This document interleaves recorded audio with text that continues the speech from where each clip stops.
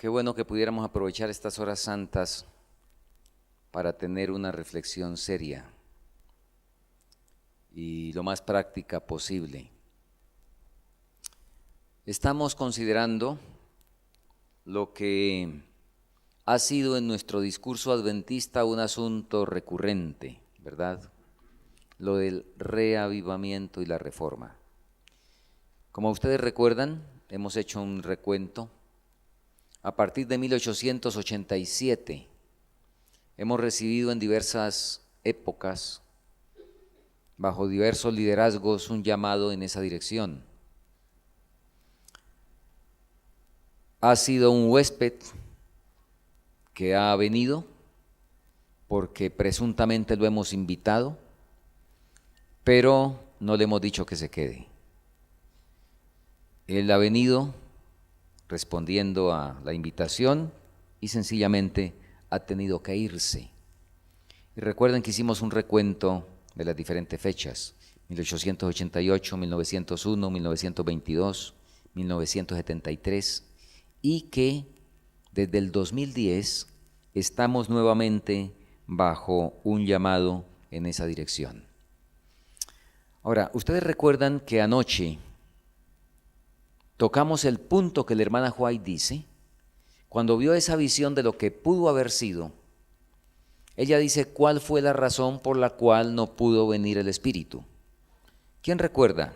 La razón básica, corta, sencilla, vital, ¿cuál fue? ¿Alguien recuerda? Los hombres no se humillaron. Textualmente dice, los hombres no se humillaron y por lo tanto no pudo venir el Espíritu.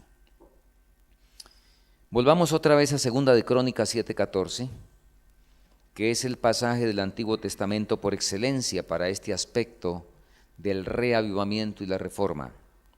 2 de Crónicas 7:14.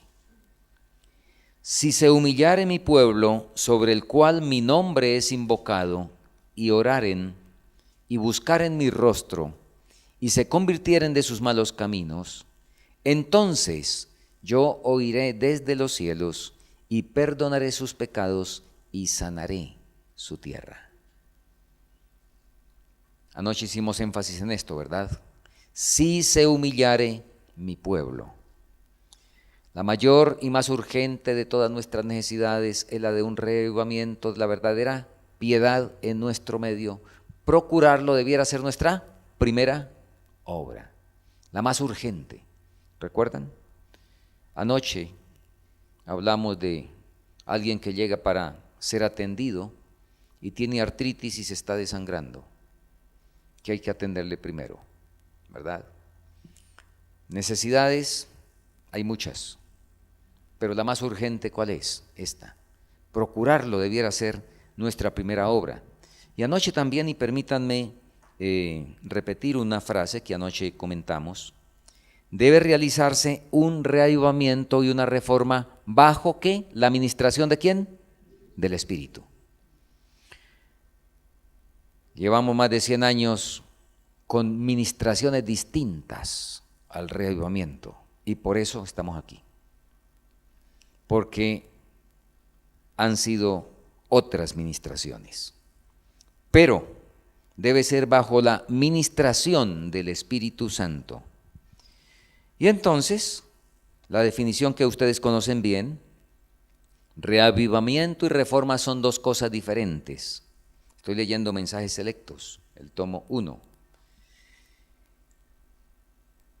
Reavivamiento significa una renovación de la vida espiritual, una vivificación de las facultades de la mente y del corazón, una resurrección de la muerte espiritual.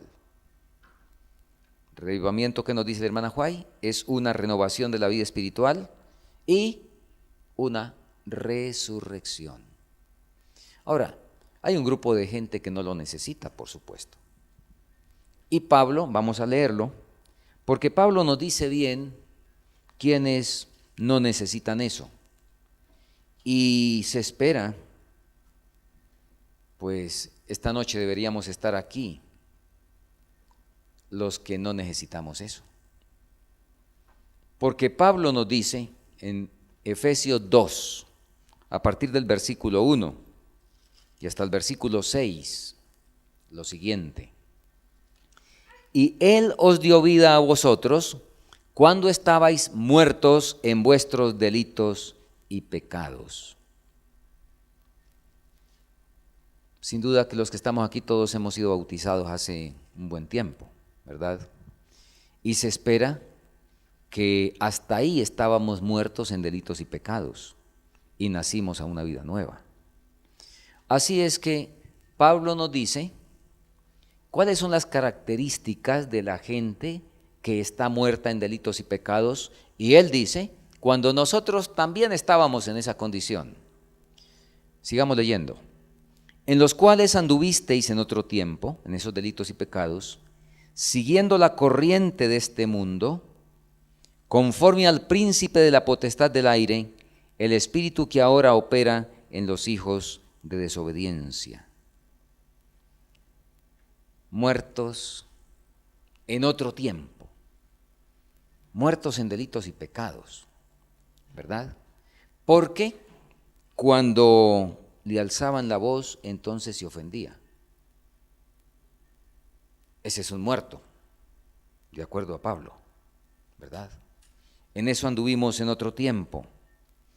Entonces, se pleiteaba con otra persona, se quedaba en una confrontación y en un asunto amargo y no había ningún tipo de preocupación. Le habíamos dicho la verdad. Somos bien honestos, bien sinceros. Entonces, esa era la situación de ¿quiénes? De los muertos en delitos y pecados. Porque por supuesto que cuando le alzamos la voz a la esposa, cuando le fruncimos el ceño al esposo, por supuesto debemos quedar altamente preocupados si es que estamos vivos. Debemos quedar altamente preocupados. Pablo dice, en otro tiempo esa era la situación. Reñíamos con otros y no pasaba nada, no nos entristecíamos. Mentíamos en los negocios, diciendo que habíamos comprado en 10, estábamos pidiendo 12 y resulta que habíamos comprado en 5. Pero mentíamos sin ningún problema, y ustedes recuerdan que tenemos un ejemplo en el Nuevo Testamento de cómo el Señor, y claro, cuando se trata de la causa del Señor, pues es un asunto agravado, no quiere decir que lo otro no es una falta. Ustedes recuerdan a Ananías y Zafira, que lo único que dijeron fue que alteraron el precio de compra y de venta, y ustedes saben para qué, y conocen los resultados. Muy bien. Así es de que Pablo nos dice que eso era en otro tiempo. Y sigue diciendo, versículo 3, entre los cuales también todos nosotros vivíamos en otro tiempo en los deseos de nuestra carne. Parrillada y Coca-Cola sin sentir ningún problema de conciencia, deseos de la carne. ¿Qué más? Estadio y circo. Ojo concupiscente y ningún dolor, ninguna preocupación por eso. A los muertos no les duele, no hay problema. Vanidad de la moda, sin aprensión por el orgullo, por una de las cosas que el Señor dice que es de lo más desesperado, ¿verdad? El apóstol dice, éramos hijos de ira por naturaleza, igual que los demás. Bueno, había una diferencia. Nosotros éramos del séptimo día, o somos del séptimo día. Es la única diferencia, los otros no son del séptimo día, son de otro día, el primero o el sexto o el quinto, en fin, ¿verdad? Hijos de ira igual que los demás. Y ahora dice, pero Dios, que es rico en misericordia, por su gran amor con que nos amó, estando nosotros allá atrás, muertos en delitos y pecados, nos dio vida juntamente con Cristo. ¡Qué bendición! Que ya no necesitamos el reavivamiento porque eso era atrás, muertos en delitos y pecados. Eso es lo que Pablo está diciendo. Bueno, y creo que esta noche podemos permitirle al Señor un examen para ver si es así, como Pablo dice aquí en Corintios, o lamentablemente sí necesitamos, y gracias al Señor por su misericordia que nos ofrece la oportunidad, sí necesitamos la resurrección que nos dice la hermana Huay. Sí necesitamos el reavivamiento, el cual es ¿qué? Una resurrección de la muerte espiritual, donde ahora bajo esa resurrección y al estar en ese camino de la santificación, donde hay que tener una ruda lucha con el yo, con los apetitos, con las tendencias, tanto hereditarias como cultivadas, entonces ahora somos sensibles. Y entonces ahora, frente a la falta, no podemos descansar tranquilos hasta que no arreglamos el problema con el hermano, con el papá, con el hijo. No podemos dormir en paz, ¿verdad? Por lo menos, si estamos medio vivos, aunque sea para la Santa Cena, aunque sea. A ver si me ayudan a recordar, repasemos cómo es eso de la reconciliación que Dios ha establecido en su palabra. ¿Cómo son, por así decirlo, las oportunidades y tiempos de la reconciliación? La hermana Huay dice en una declaración muy interesante: tan pronto haya pecado, corra al trono de la gracia. Tan pronto recibe la conciencia, tan pronto se da cuenta, le permite al Espíritu Santo, después de que se le baja el ánimo y se queda más tranquilo y ya la respiración se calma, y que el Espíritu Santo le dice: ¿y qué fue lo que hablaste? ¿Y cómo le hablaste? Inmediatamente. Ahora, pero como somos tardos, el Señor dice en Efesios una segunda oportunidad en el tiempo. Si no ha corrido inmediatamente, se dio cuenta de la falta, el Señor dice: no se ponga el sol, en Efesios 4, no se permita dormir sin arreglar el problema. No se permita eso. Pero nosotros somos, ¿verdad?, así un poco difíciles. El Señor extiende una tercera oportunidad en el tiempo. ¿Cuál será? ¿Cuál será? La oportunidad semanal. Hermana Huay dice claro en Joyas de los Testimonios, cuando habla de la observancia del sábado, donde dice del arreglo de la ropa, de los alimentos, de barrer, de lustrar los zapatos, de todas esas cosas. Luego dice: otra obra debe hacerse en el día de preparación. Ese día pónganse a un lado todas las diferencias que haya, ya sea en la familia o en la iglesia. Y será la única manera de realmente guardar el sábado. Cuando entramos en el sábado con cualquier diferencia, con cualquier distanciamiento consciente con alguien, sin haber hecho nuestra parte para que haya el acercamiento que Dios dice, ¿hemos guardado el sábado? ¿Ustedes recuerdan cuántos estuvieron en el campamento? Bueno, menos de la mitad. Está bien, entonces vamos a repetir algo. Ustedes recuerdan que comentamos algo y mostramos la cita de la hermana Huay, donde la palabra, y primero, hablando de Apocalipsis 12:17 dice: entonces el dragón se llenó de ira contra la mujer y se fue a hacer guerra contra ¿quiénes? ¿Contra quién es la ira del dragón? ¿Y contra quién es la guerra? Recuerden, y estoy aquí repasando rápido. Allá mostramos con todos los detalles que la mujer no va a recibir la guerra del dragón, porque la mujer no guarda los mandamientos.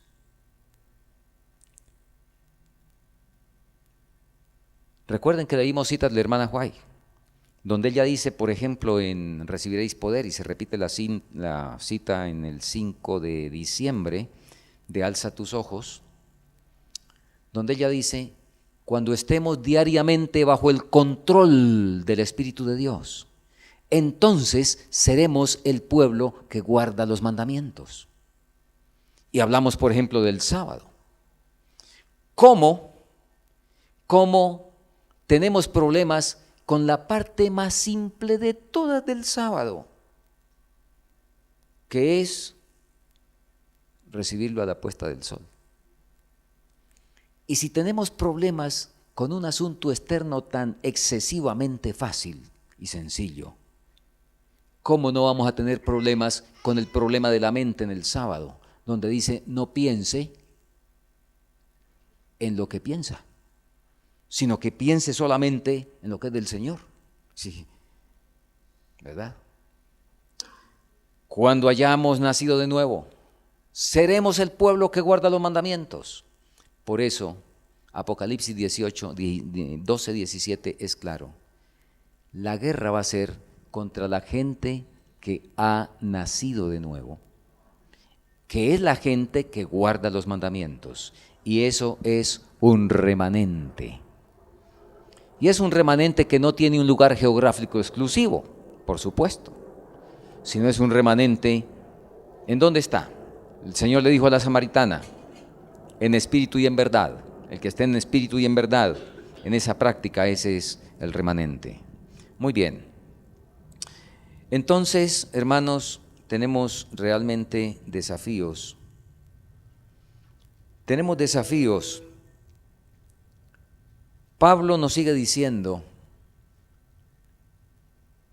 y nos muestra la alternativa para que nosotros hagamos un autoexamen, para ver con este asunto del reavivamiento dónde estamos nosotros involucrados. ¿Lo necesitamos o no lo necesitamos? Segunda de Crónicas 7:14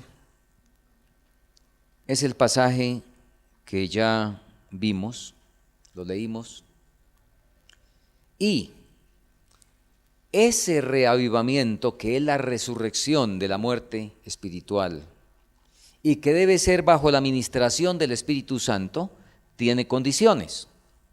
Y anoche también las vimos y vamos rápidamente a repasarlas, leyéndolo ahí mismo en mensajes selectos. Mediante la humillación, la confesión, el arrepentimiento y la oración ferviente, nos corresponde cumplir con las condiciones en virtud de las cuales el Señor ha prometido darnos su bendición.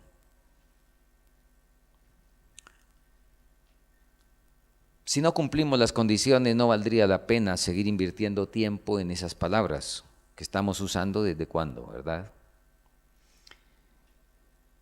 Generalmente, y hoy cuando abrí el correo, volví a leer. Todos los días cuando abro el correo, alguien dice, esto se acabó. Cuando nos saludamos, y especialmente entre quienes de pronto queremos, quizás sinceramente estamos tratando de ser concienzudos, decimos las cosas que están pasando. Las cosas que están pasando, y esto se acabó. Definitivamente el Señor viene pronto. Junto con reavivamiento y reforma, pues es el vocabulario, parece de moda nuestro, adventista. Como que es el vocabulario obligado para no parecer profanos, ¿verdad? ¿Cuánto realmente lo sentimos y estamos convencidos de eso? ¿Cuánto estamos convencidos de eso? ¿Cuánto lo sentimos? ¿Verdad? Llevamos más de 100 años y no hemos hablado con seriedad de este asunto. Porque las personas que se vuelven serias acerca de algo, ¿cómo se prueba la seriedad? ¿Cómo será que se prueba la seriedad? Respecto a cualquier cosa, enfrentando las cosas que antes no se estuvo dispuesto a enfrentar. Porque si no se efectuó, pues debe ser por algo. Y entonces el que realmente está hablando en serio, ¿qué hace? Pues hace un análisis, hace un diagnóstico, ¿verdad? Y entonces dice, aquí estuvo la causa, pues sencillamente hay que remediarla. Ahora, la inspiración nos ha dado la causa fundamental y como estamos repitiendo, aquí habla de tres cosas y creo que estaremos de acuerdo que cuando no son genuinas pueden estar separadas: la humillación, la confesión y el arrepentimiento. Podrían darse separadas si no son genuinas, pero si son genuinas son trillizos que nacen en un solo parto, ¿correcto? La humillación, la confesión y el arrepentimiento, trillizos. Y son estos hechos los que cumplen las condiciones para que pueda empezar el reavivamiento. ¿Bajo cuál ministración? La ministración del Espíritu. Ustedes conocen, y en la Biblia hay demasiado de eso, ¿verdad? Y nosotros somos, imagínense cuánto hace que conocemos la doctrina. Pero quizá el texto que mejor resume este asunto del arrepentimiento, que conlleva, por supuesto, una humillación y una confesión, es Proverbio 28:13. El que encubre sus pecados no prosperará, pero el que los confiesa, ¿y qué más? Y se aparta, o los abandona, alcanzará misericordia. Y leo en Testimonios, tomo 5, la página 597, lo siguiente. Las condiciones para obtener la misericordia son sencillas, justas y razonables. El Señor no requiere que hagamos alguna cosa penosa para que obtengamos el perdón del pecado. No es necesario que hagamos largas y fatigadoras peregrinajes o dolorosas penitencias para encomendar nuestras almas al Dios del cielo o para expiar nuestras transgresiones. Pero el que confiesa su pecado y se aparta, alcanzará misericordia. Esta es una preciosa promesa dada al hombre caído para animarlo a confiar en el Dios de amor y a buscar la vida eterna en su reino. Y nos sigue diciendo lo siguiente: hoy en día hay una gran necesidad precisamente de un sincero y profundo arrepentimiento y confesión. Aquellos que no han humillado sus almas ante Dios en reconocimiento de su culpa, todavía no han cumplido la primera condición del arrepentimiento. Si aún no hemos experimentado el arrepentimiento que sale del corazón y que tiene resultados permanentes, entonces, ¿cómo fue el arrepentimiento que hemos tenido repetitivo del lavamiento de los pies durante años y confesando siempre la misma falta? Si es que inclusive no se nos ha olvidado de, ¿verdad? ¿Eso qué es? Aquí dice muy claro: resultados permanentes. Si aún no hemos experimentado ese arrepentimiento que sale del corazón y que tiene resultados permanentes, y no hemos confesado nuestro pecado con profunda humillación del alma y quebrantamiento de espíritu, aborreciendo la iniquidad, no hemos nunca buscado verdaderamente el perdón de los pecados. ¿Recuerdan ustedes cuando Pedro se arrepintió la noche que negó a Jesús? ¿Ustedes recuerdan la expresión bíblica que dice que saliendo afuera, ¿cómo dice? Lloró amargamente.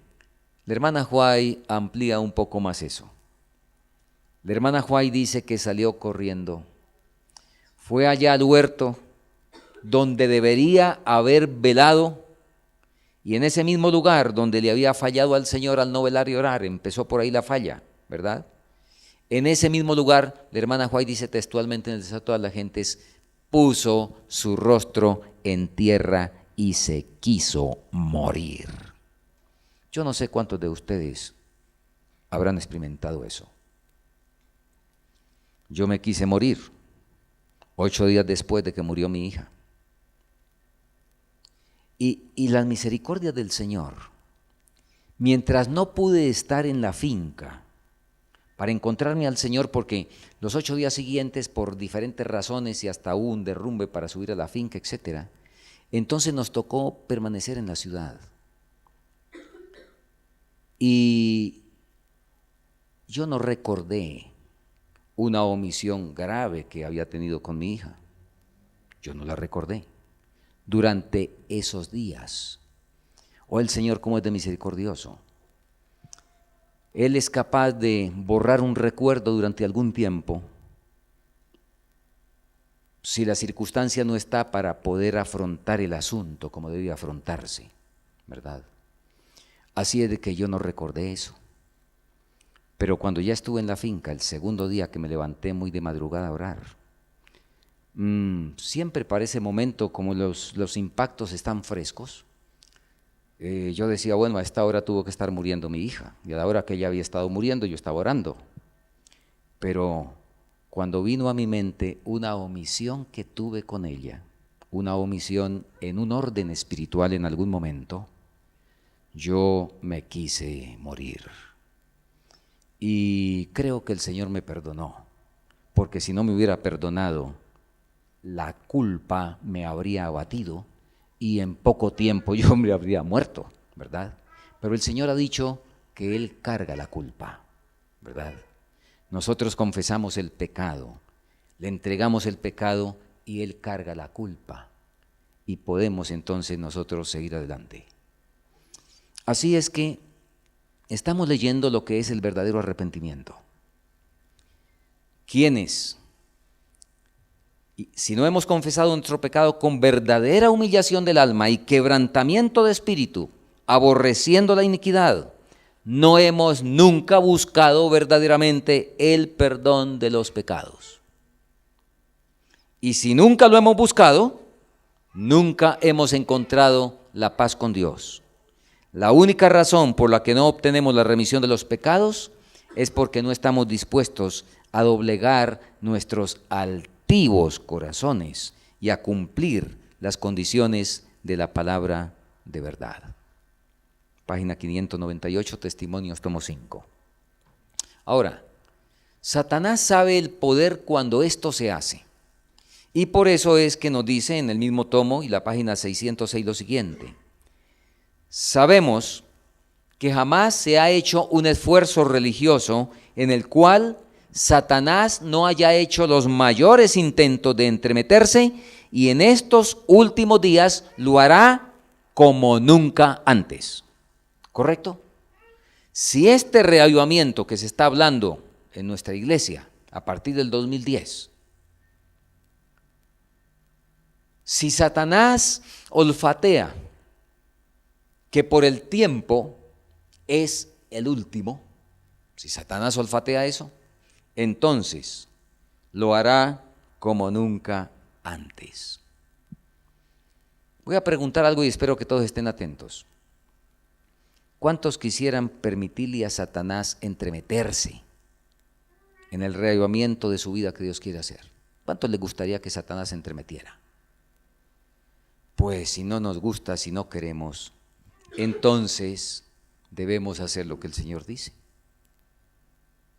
Porque si no, Satanás está no entremetido, sino metido del todo, ¿verdad? Verdadera confesión, con humillación y arrepentimiento. Ahora, voy rápidamente a comentar algunos aspectos de la confesión. No debe llevarse a cabo actividades en forma generalizada en cuanto al asunto de la confesión. No sé si acá en Calacal habrá ocurrido alguna vez que en alguna sesión especial donde se le está permitiendo al Señor obrar y se hace algún llamado a estar en paz y en armonía todos. No sé si habrá ocurrido alguna vez que alguno pase y dice, hermanos, yo quiero estar en armonía con Dios y con todos ustedes. Así es de que, por favor, si a alguno lo he ofendido, tenga la bondad de perdonarme. No sé si habrá pasado, pero déjeme decirles que eso no vale nada, eso no sirve para nada, ¿verdad? Porque lo más seguro es que yo estoy, que mi conciencia me recuerda bien que yo con Carlitos fui deshonesto y me falta el valor. No tengo la cobardía, ¿verdad? Del cual el Señor no nos ha dado espíritu de cobardía al cristiano, el Señor, para eso al cristiano el Señor no le ha dado espíritu de cobardía. Lo más fácil para un verdadero cristiano, hermano, lo más fácil es decir, perdóneme. Eso es lo más simple que hay, ¿correcto? Pero es para el cristiano. Y Pablo dice que no tenerlo, dice en 1 Timoteo, es espíritu de cobardía. Entonces, como yo soy cobarde, les digo aquí que si alguno le ha ofendido, que me perdone. Nada en forma generalizada. Y sigo leyendo, página 601, estoy leyendo de Testimonios, tomo 5. La verdadera confesión es siempre de carácter específico y reconoce pecados particulares. En su oración con el Señor, al acostarse, por favor, hermano, Señor, perdóneme mis pecados del día. No dijo nada. No dijo nada. El Señor no le puede perdonar nada. La verdadera confesión que estamos leyendo es siempre de carácter específico. ¿Será que usted tiene tan mala memoria y siendo que quedó mal? Yo quedé mal de lo descortés y de lo altivo que fui con el hermano Marcelo, y pues la conciencia un rato me martilló, pero el orgullo no me dejó. Y entonces por la noche, por supuesto, antes de dormir me acuerdo y digo, Señor, perdóname mis pecados, ¿verdad? La verdadera confesión es siempre de carácter específico y reconoce pecados particulares. Pueden ser de tal naturaleza que deban ser presentados solamente ante Dios, o pueden ser ofensas que deben confesarse a individuos, o pueden ser de tipo general que deben ser presentados ante todo el pueblo. Pero toda confesión debe ser definida y al punto, reconociendo los mismos pecados de que sois culpables. Muy bien, y hay aquí otra serie de citas que resumen lo que ya dijimos o lo amplían mejor. Confesión secreta, ya lo leímos, las hay, pecados secretos, ¿verdad? Confesión a grupos selectos, hay confesiones que son de tal naturaleza que deben ser llevadas ante unas cuantas personas selectas y reconocidas por el pecador con la más profunda humildad. Y confesiones unos a otros. Hay confesiones que el Señor nos pide que hagamos unos a otros. Y escuchen esto, por favor. Escuchen esto. ¿Qué hacer cuando usted tiene un tremendo resentimiento con alguien, pero el otro no sabe? Finalmente, pues, ¿para qué contarle, cierto?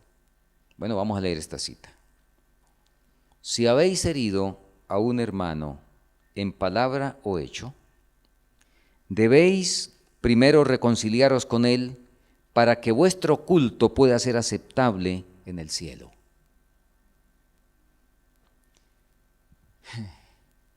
Óigame, increíble. No sé si estamos captando esto. Cualquier culto que vengamos, cuando tenemos problema con alguien, bueno, si venimos aquí a rogarle al Señor que por favor nos taladre el corazón, pues está bien, pero si no, pues vinimos a perder el rato, ¿verdad? Me quedé aterrado. En Colombia, pasó hace muchos años. En una congregación se armaron dos partidos. Y fueron dos partidos que se armaron. Y se dividió la congregación. Inclusive el templo tenía dos puertas de acceso, laterales, no una central, sino laterales. Y no estamos imaginando cosas, era un hecho real. Cada partido tomó una nave, ¿verdad? Y cada partido entraba por su puerta. Y cuando se miraban era para mirarse no muy bien. Increíble que quepa en las mentes la idea de que en esas condiciones dizque vienen a rendirle culto al Señor. Y eso duró meses y meses. Finalmente llegó un ministro que, bueno, hizo una labor y por lo menos externamente la gente cambió de actitud, ¿verdad? Y sin duda que muchos lo hicieron sinceramente. Si habéis herido a un hermano en palabra o hecho, debéis primero reconciliaros con él para que vuestro culto pueda ser aceptable en el cielo. Confesad a los que habéis herido y haced restitución. No sé si ustedes han tenido la experiencia, espero que no lo hayan hecho. Y bueno, y si lo hemos hecho, pues a todos nos toca arrepentirnos, ¿verdad? No sé si usted ha tenido la experiencia que alguien va ofendido y esa persona, usted notó que la conciencia empezó a trabajarle y de pronto la próxima vez que lo encontró fue sumamente amable y le echó el brazo y lo invitó a almorzar. Y después le agregó otro almuerzo y arregló la cosa con almuerzos o con cualquier otra atención, ¿sí? Ahora, como usted es cristiano y como usted sabe que debe perdonar porque usted lo necesita, ¿correcto? Usted debe perdonar porque usted lo necesita independiente de si el otro le pidió disculpas o no. Claro, el otro me hará a mí un gran servicio porque hay un efecto especial hay un efecto mágico en esa actitud donde el otro viene y dice, perdóneme. Entonces, en la ofensa tan terrible que recibí, cuando él viene y pues pide el perdón, me ayuda a mí en la curación. Pero, ¿y si no quiere venir a pedir perdón, entonces qué? Entonces sigo ahí con la herida, ¿hasta cuándo? No. Al cristiano el Señor lo llama perdonar independiente de si le piden disculpas o no. ¿Correcto? Independiente de eso. Pero, repito, si yo tapé la cosa con 3 almuerzos, el hermano que es cristiano, pues deja la cosa así, no hay problema y bueno, él tiene más dificultad para perdonar, tiene más dificultad si yo no hago la confesión, pero con el Señor todo lo puedo en Cristo que me fortalece, así es de que eso se ejecuta. Lo que yo debo entender es que pueden ser 10 o 20 almuerzos o el resto de la vida darle de comer a esa persona, pero que mientras yo no haga una confesión específica, la cuenta está vivita en el cielo. Eso no es dejando que el tiempo tape y que la arena tape. Y que bueno, nos separamos enemistados y bueno, con el tiempo pues la cosa quedó así y ahora nos podemos abrazar y quedó la cosa tapada así porque el tiempo la tapó, ¿verdad? Eso no funciona así. El Señor no funciona así. Eso no funciona aquí en nuestra mente carnal y en nuestras costumbres del pecado, pero no en lo que Dios dice. Termino la cita y escuchen. Si alguien alberga sentimiento de amargura, ira o malicia hacia algún hermano, que se dirija a él personalmente, confiese su pecado y procure el perdón. Aquí no da la idea de que sabe el otro, ¿cierto? Parece que no da esa idea, vuelvo a leer. Si alguien alberga sentimientos de amargura, ira o malicia hacia algún hermano, que se dirija a él personalmente, confiese su pecado y procure el perdón. Se va a sentir mejor. Y aunque no lo crea, va a edificar al otro. Tenga la seguridad de que el otro no se va a poner bravo ahora porque usted le dice que ha albergado un resentimiento contra él, sino que le va a ayudar. Y él va entonces de pronto a través de ese acto de humildad, el Espíritu Santo lo va a ayudar para tocar ese corazón, para a su vez algo que puede tener con usted o con otro, y ver que esa es la actitud cristiana. Muy bien. Ahora, ¿por qué no se hacen esas cosas? ¿Cuál es la razón para no hacer esto? ¿Cómo? ¿Y qué dice la inspiración del orgullo? Uy, en Proverbios cuando dice de las 6 cosas que abomina Jehová y que aún 7 aborrece y usa esas expresiones. 6 cosas abomina a Jehová y aún 7 aborrece su alma.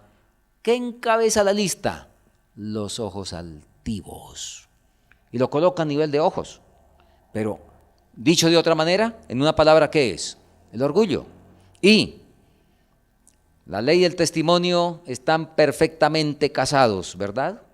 Eso sí son uno, eso no son dos y eso no son unidad en la diversidad, son uno en todo. Y entonces el testimonio corrobora a Proverbios diciendo lo siguiente. Palabra de vida del Gran Maestro, página 119. No hay nada. No hay nada que ofenda tanto a Dios y que sea tan peligroso para el alma humana como el orgullo y la suficiencia propia. De todos los pecados es el más desesperado, el más incurable. ¿De cuántos? ¿Y ahí estará el asesinato? Al decir de todos, ¿será que estará el secuestro? ¿Estará el robo? ¿Estará el adulterio? ¿Qué son todos los pecados? Lo que la expresión dice. Nada hay que ofenda tanto a Dios y que sea tan peligroso para el alma humana como el orgullo y la suficiencia propia.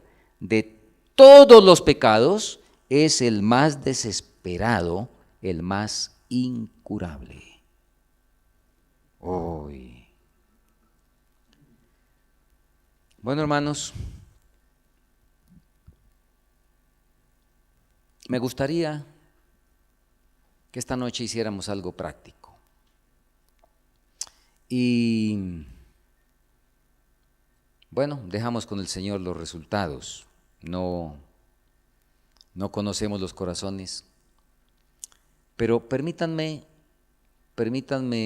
recordarles lo que leímos anoche en relación de por qué no pudo venir el Espíritu. ¿Se acuerdan? ¿Recuerdan que leímos esa visión que la hermana White tuvo en 1903?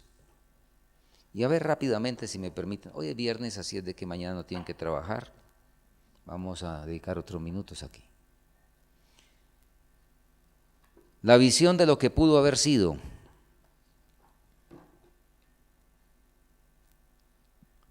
Nos encontrábamos reunidos en el auditorio del tabernáculo en Barrel Creek.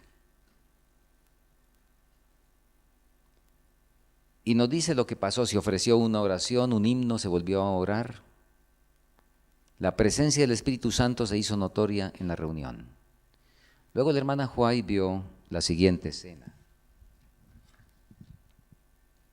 El que hablaba se dirigió a los que habían estado orando y dijo: tenemos algo que hacer. Debemos confesar nuestros pecados y humillar nuestro corazón ante Dios. Con corazón quebrantado hizo confesión y luego se acercó a varios de los hermanos uno tras otro y les estrechó la mano pidiéndoles perdón. Las personas con quienes él habló se levantaron de un salto, confesando y pidiendo perdón, y todos se abrazaron derramando lágrimas. El espíritu de confesión se difundió por toda la congregación. Fue un tiempo pentecostal. Se alabó a Dios por medio del canto y la obra continuó hasta las altas horas de la noche, casi hasta el amanecer. Y la hermana White vio ahí el derramamiento del Espíritu Santo, ¿verdad? En esa reunión. Y esto es lo que pudo ¿qué? Lo que pudo haber sido. Permítanme, hermanos, les comento algo. Yo les conté anoche que hace año y medio fuimos movidos por este asunto. Anoche les conté que hicimos un plan de ayuno de 6 meses. Una muchacha había caído en desgracia, había quedado embarazada. Me llamó para preguntarme si podía ir al Congreso y si pues le daba pena y temor de que los hermanos pues dijeran que no tenía vergüenza. ¿Cómo iba a llegar allá así, verdad? Yo le dije, despreocúpese de nosotros los humanos. Si el Señor la está llamando, pues claro que es bienvenida.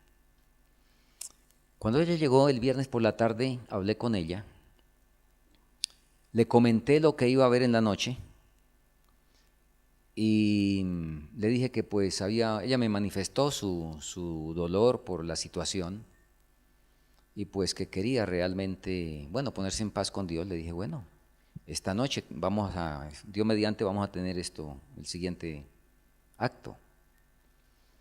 Y ella me dijo que no, que no se atrevía, que no. Que bueno, si el Espíritu del Señor te toca, de todas maneras te sugiero que no resistas. Bueno, tuvimos una reunión extraordinaria, tomamos esta visión, hicimos un desafío a los hermanos, habíamos estado orando por eso. Esto que pudo haber sido, ¿podrá ser alguna vez? ¿Y en dónde? ¿Esperar que sea en la Asociación General? ¿En dónde? Qué lindo leer de esta manera. Nos encontrábamos reunidos en el auditorio de la iglesia de Calatala. Se ofreció una oración, se cantó un himno, se volvió a orar y siguieron los acontecimientos. Bueno, allá lo hicimos, seguimos al pie de la letra lo que aquí decía. Un servidor había sabido de 3 hermanos que tenían algo contra mí. Pues yo soy un pecador igual que todos, pero el Señor sabe que yo hace muchos años que no tengo nada y nada es nada absolutamente contra nadie. Estoy hablando en esa área, ¿no? Tengo mis otras, por supuesto, situaciones. Así es de que supe de 3 hermanos que tenían algo contra mí. Y como a mí el Evangelio me dice en Mateo, si tu hermano tiene algo contra ti, ve tú. Eso es lo que a mí me dice el Evangelio, yo no sé qué les dirá a ustedes. Yo no tuve la culpa, si a mí me agraviaron, si a mí me golpearon, si a mí esto y aquello, ¿sí? Pero a mí el Evangelio me dice, si traes tu ofrenda al altar y allí te acuerdas que tu hermano tiene algo contra ti, ve tú.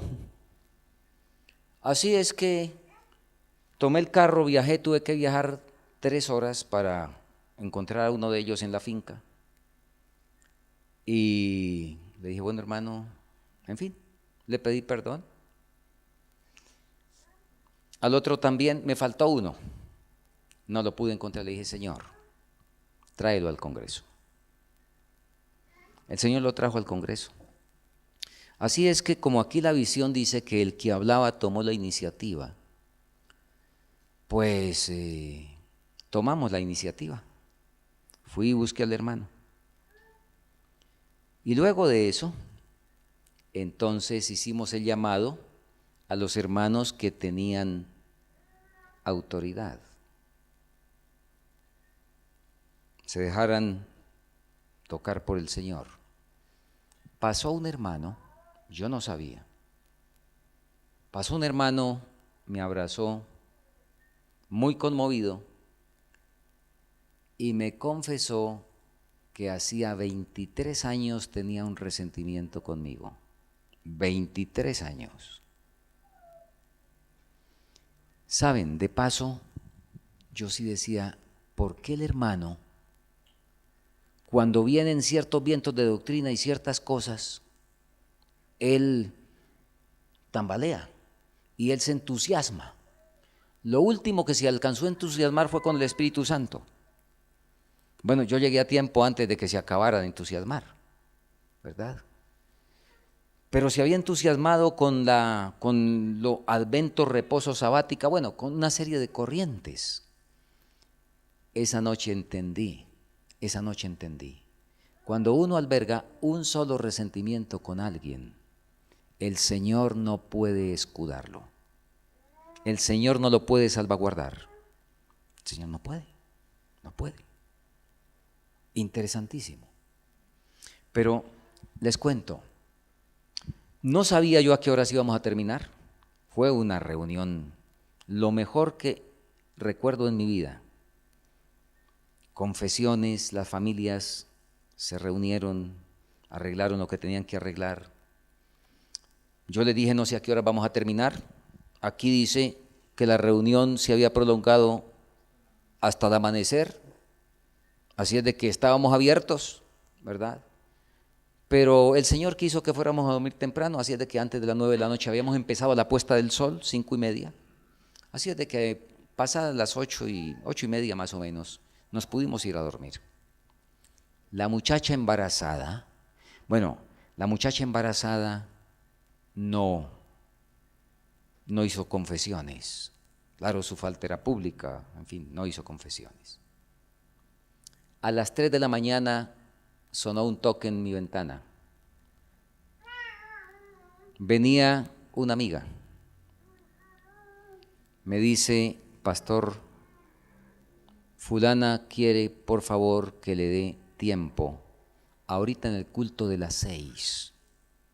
Hemos pasado toda la noche en oración.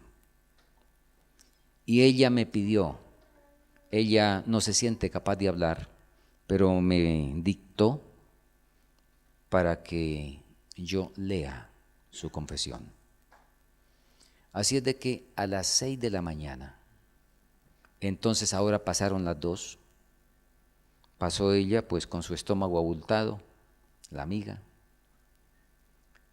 leyó, pocos ojos secos en la congregación. Y durante el día, ese sábado, se veían grupitos de oración debajo de los árboles, parejas, en fin, ¿verdad? Una cuestión extraordinaria. Y empezamos un nuevo día a nivel de congregación. Después la obra misionera y todo eso ha sido muy diferente. Y alabamos al Señor por eso, ¿verdad? Esa visión de lo que pudo haber sido y no fue. El Señor espera que se haga en todo lugar donde sea necesario. Y si una experiencia de esas la necesitamos, y si la queremos, pues fabriquémosla. Primero en el hogar y después en el lugar donde nosotros estemos.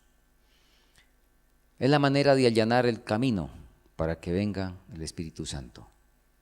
Y entonces no se dirá lo que se dijo en esa ocasión, lo que pudo haber sido y por qué no pudo venir el Espíritu.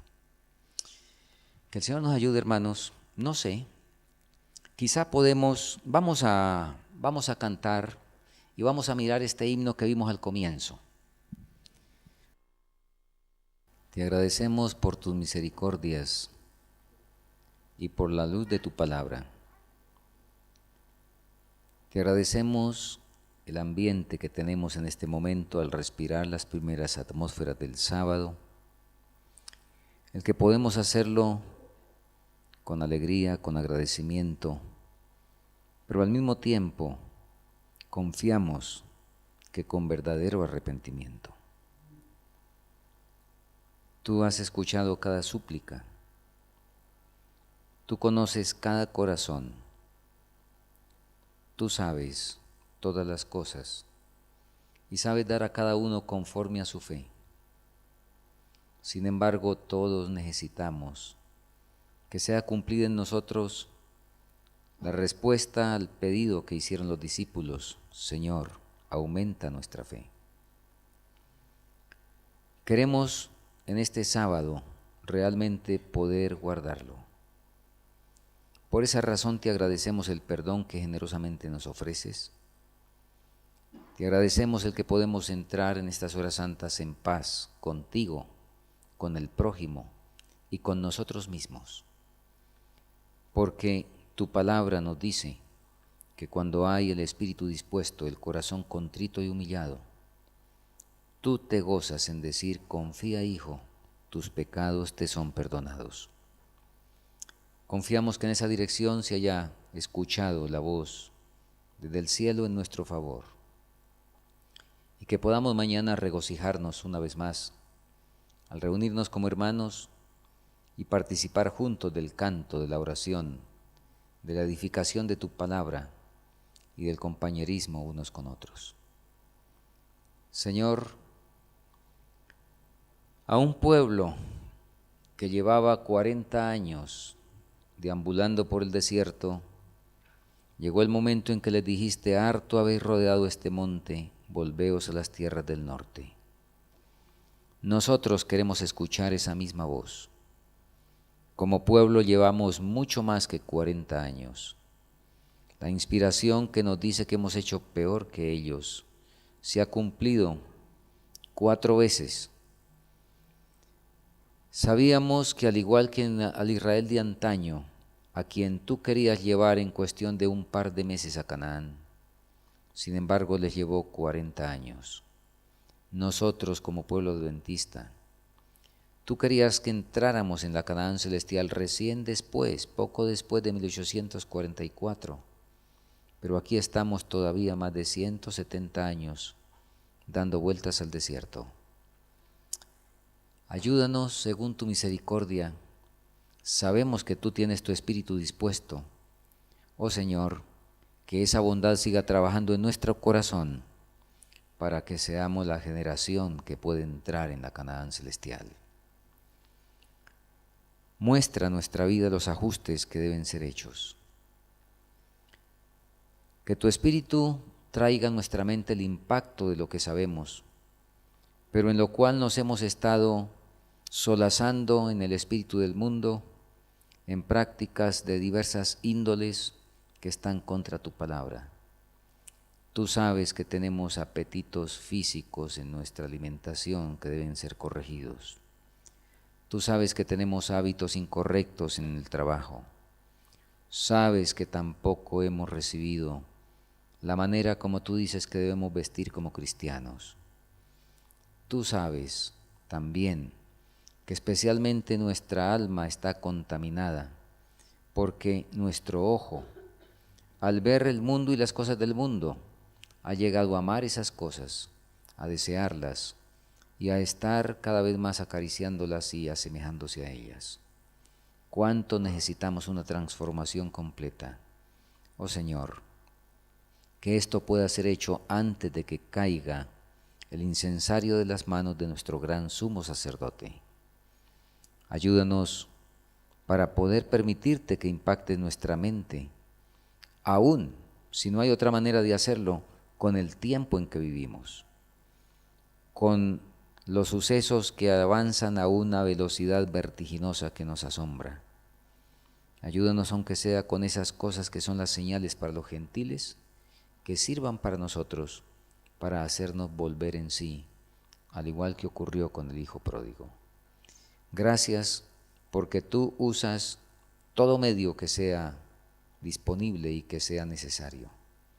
Porque habiendo emprendido nuestra redención, no escatimarás esfuerzos por mucho que te cueste. Porque has dejado en manos de Cristo todos los recursos del cielo y le has encomendado la misión de que los use para nuestra redención y para convencernos de que no hay un amor mayor que el del Padre. Que ese amor nos constriña y podamos entonces decidirnos por completo a colocarnos en tus manos.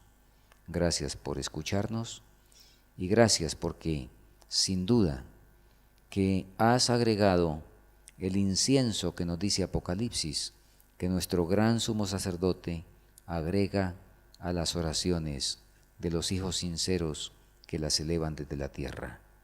Y al presentarlas al Padre, pueda entonces el Espíritu Santo corregirlas y presentarlas limpias para que sean aceptas ante su presencia. Lo agradecemos en Cristo Jesús nuestro Salvador. Amén.